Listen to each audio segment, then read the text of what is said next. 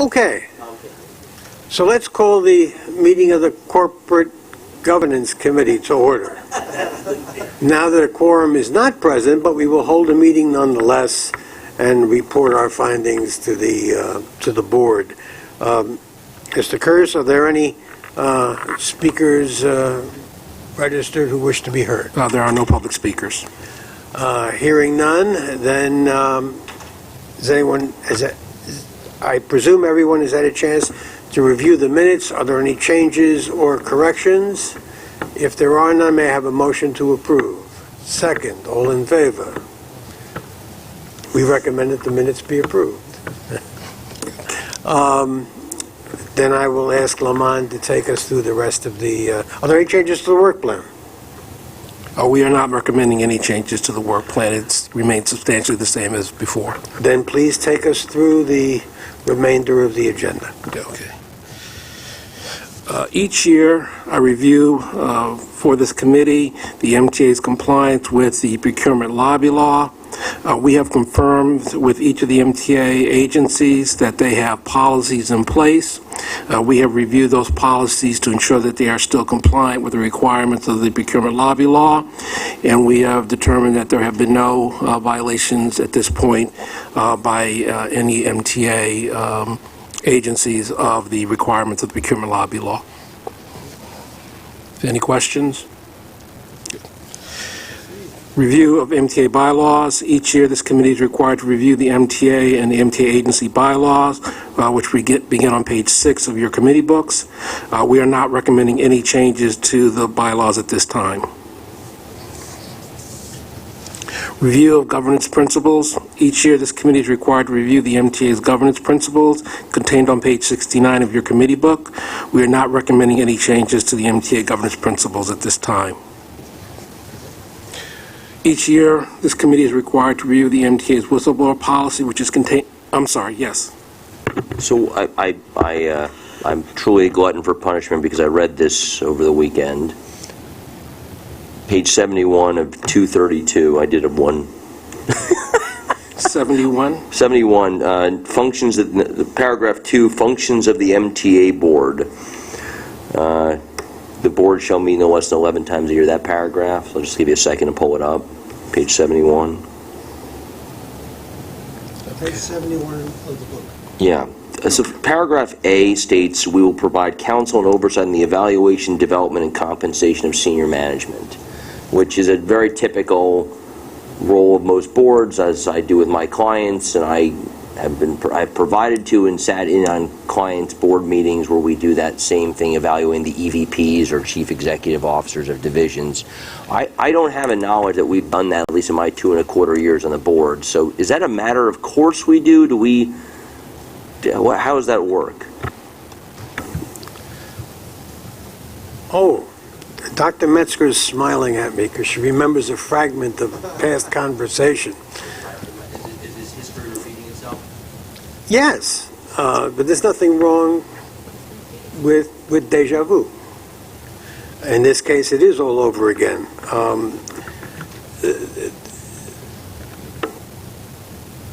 I think it's fair to say that it's up to the chairman to present to this committee compensation packages of top management. Period. Paragraph. End of story. Okay. Review of the MTA whistleblower protection policy. Each year, the committee is required to review the MTA's whistleblower policy contained on page 74 of your committee book. We are not recommending any changes to the MTA whistleblower policy at this time. Are you okay with that? Review and approve any revisions to board committee charters. Each year, this committee, as well as the other committees of the MTA Board, are required to review their charters contained on page 78 of your committee book. At this morning's Long Island Railroad Committee meeting, it was recommended that the Governance Committee amend the Long Island Railroad Committee Charter by removing the Metropolitan Suburban Bus Authority. The staff does not recommend adoption of those changes at this time. First, while, and I will use the term Long Island Bus, may no longer be in operation, they are still officially a subsidiary corporation of the MTA. In addition, there are still pending legal issues involving Long Island Bus. And finally, the Public Authorities Law, Section 1263, requires that the MTA maintain a committee on the operation of Long Island Bus. For those reasons, I do not recommend the committee adopt those recommended changes. Okay. Somebody will, I presume, communicate that with, to the member who asked the question, Mr. Pally. I have informed Mr. Pally of the issues He's okay involved. with it? Yes, he is. Okay. Each year, this committee is required to review the MTA's Code of Ethics contained on page 117 of your committee book. The Code of Ethics was last revised by the board on December of 2015. We are not recommending any changes to the MTA's Code of Ethics at this time. Review and approve procurement guidelines. Public Authorities Law, Section 2879, requires the MTA to annually review and approve its procurement guidelines contained on page 172 of your committee book, which were last approved by this board in June of this year. After the board approved the guidelines in June, staff noticed a few typographical errors. The proposed revisions correct those errors as well as clarify the process for discretionary procurements in the amount of less than $100,000. We need a vote. We need a vote. Of course, again, in the absence of a quorum, it is advisory. Is there a motion to approve? Second, all in favor? Aye. Review and approve MTA policy connection with provisions of Public Authorities Law. Pursuant to Public Authorities Law, Section 2824, board members of state authorities are required to establish written policies and procedures of, among other things, expenses related to travel. The travel and business expense policy contained on page 202 of your committee book was last approved in March of 2015. After reviewing the travel and business policy, staff proposed several substantive and non-substantive revisions. The substantive revisions are: 1, to travel via business class, employees must travel at least 12 continuous hours, being revised from the 6 hours previously. Follow the General Services Administration's per diem for the first and last day of travel requirements. It clarifies that the subject to MTA approval, an employee may arrive or depart from a travel location within 24 hours of the time required for that travel, and require the Chief of Staff approval for travel in excess of $3,000, which is being raised from the $1,500 currently. Those are the substantive revisions. Do we need a vote on that? Yes. Is there a motion to approve? Second, all in favor? It's approved.